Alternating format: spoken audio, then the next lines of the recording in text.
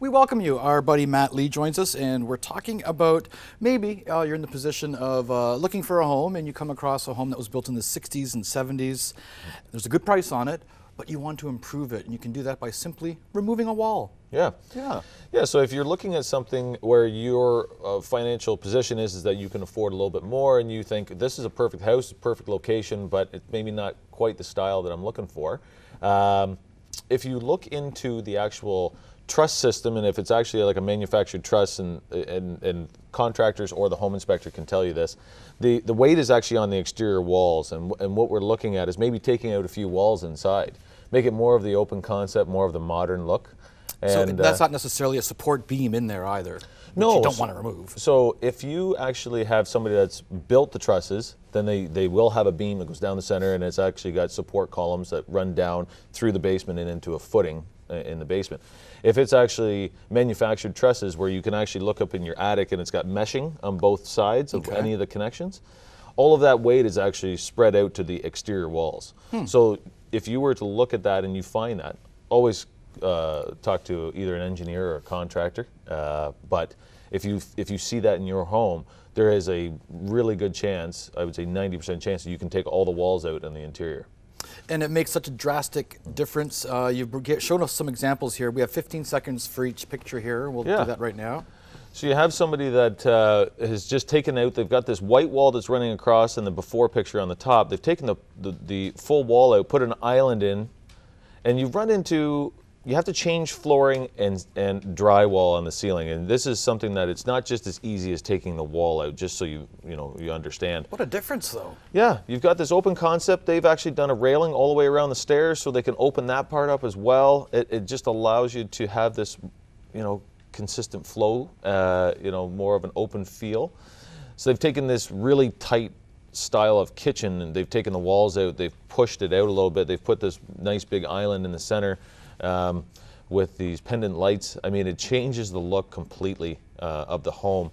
And, having somebody come in and price it is a good idea because it might not be as much as you think. If you have somebody come in, I would say that what you run into in these homes is that half the ceiling is kind of a stucco in the living room. It was done because it was quicker and it was more efficient for the builder. The ceiling in the actual kitchen is usually a flat ceiling. So to try to match them, you have to drywall the ceiling, and you will have to change a bit of flooring. And little things like the lights make such a huge difference too. Yeah, absolutely. These guys have extended this island right out into the dining room area, so they might have shrunk their dining room a little bit just to make that long, big sink area.